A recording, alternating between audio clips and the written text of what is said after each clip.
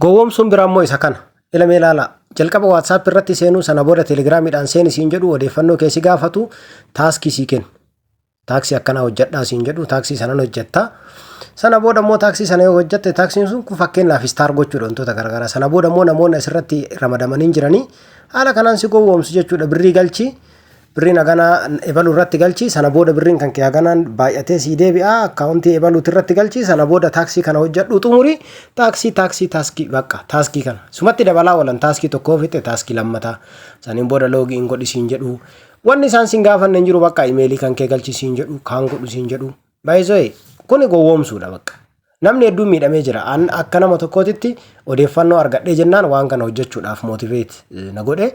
Kun laal Telegramii maqaan isaan ittiin baafatan kana yoo ta'e har'a kanaan si tajaajilaa oolanii kallattii garaagaraatiin si gowwoomsaa oolanii maallaqa sirraa guuraa oolanii borummoo maal si godhanii kan biraatiin sitti deebi'uu jechuudha. Har'a taaskii tokko sii kennanii yookaan hojii tokko sii kennanii hojii san xumurtee boru kan biraatiin sitti deebi'uu jechuudha. Amma laale kan amma reef isinitti argisiiseef kun garaagarummaa guddaa qabaa jechuudha. Of durattis kan laaltan ta'a. Kanaaf haala kanaan laali ka ta'anii daqiiqaadhaan qarshii kana galchi jedhaniin abbaan kun qarshii kana galchee jira laal irraa fudhatani.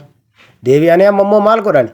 Maashinii kana keessa seenii kanaan akkasitti qarshiin sii dabalamaa maayiningii hojjedhu jedhaniin jidduudhaan immoo taaskii akkanaa kana fiduuf laal taaskii akkanaa kana fiduuf ammas immoo itti aansee amma immoo nama biraatitu sitti baaya ammas immoo taaskii biraa kennuuf akkanatti ilma namaa dhamaasani. Sana booda immoo maashinii chiitaa jedhamu keessa seenii maal godhi jedhu taaskii biraas sii fidu. Akkanumatti jechuudha kana. Amma laal nama kana qarshii kana irraa fudhatanii jiran qarshii 30,000 galchisiisanii jiran. Kana amma immoo nama kana qarshii 5,000 hojjedhu saniin booda qarshii 5,000 yoo hojjette qarshiin kan kee ixifii haganaatiin sii deebi'a jedhaniin halkanii guyyaa nama kana laala. Asir kun amma kan guruupiiti beeki qarshii 5,000 irraa jalqabdee qarshii 100,000 argattaa siin jedhanii si gowwoomsu. Ajaa'iba. Ammas guruupii biraati kun qarshii 90,000 galchi jennaan 25 qofa qabadheen asirratti immoo 30,000 galchi jedhaniin in galche qarshii 30,000 eegaa waan inni ta'u.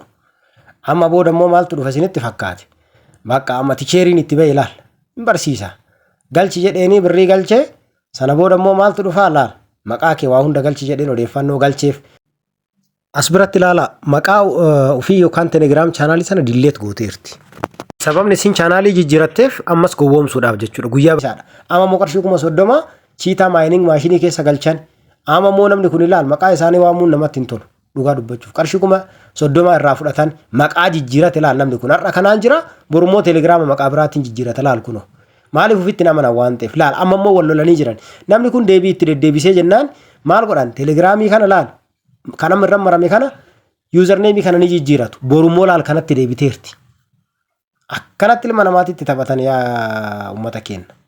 Qarshii 45,000 argatta jedhaniini isa qarshii 5,000 galchisiisanii qarshii 45,000 jedhan 30 galchisiisan akkasuma kun immoo kan biraati.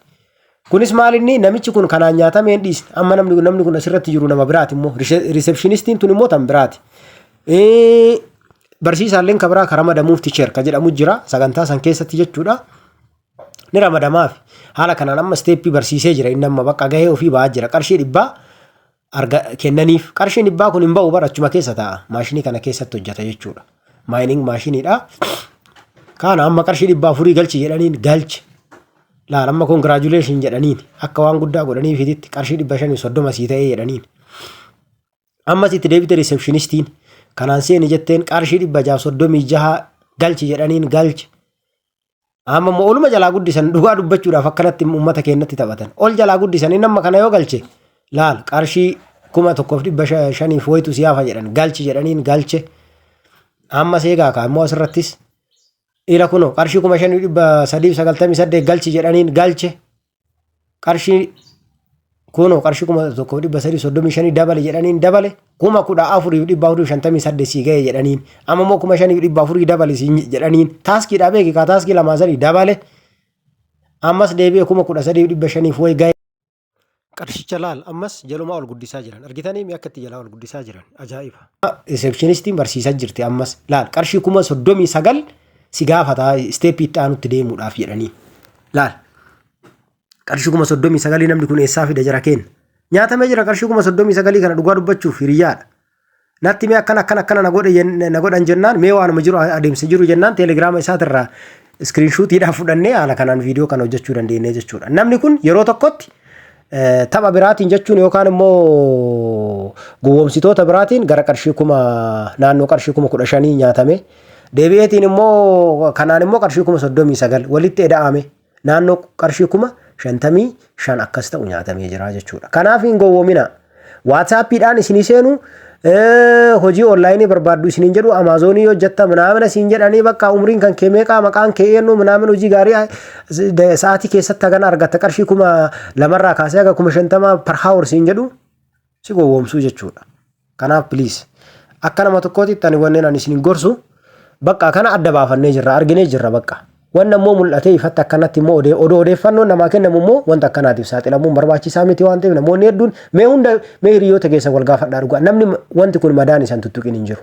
Kanaaf anam hiriyaa kiyya kanarraa waan guddaa baradhee jira waan ta'eef isiniifis qooduu barbaada kan biraatis jira. Kan biraatis yeroo biraa isinii hojjedhaa. Kanaaf galatoomaa isiniin jedha. Viidiyoo kana immoo sheer godhaa waliin gaa. Chaanaalicha immoo wantoota biraa kanaan wal qabatan akka argachuu dandeessan subscribe gochuun dagatina, like fi commentii barreessaa jabaadhaan isinii jedha.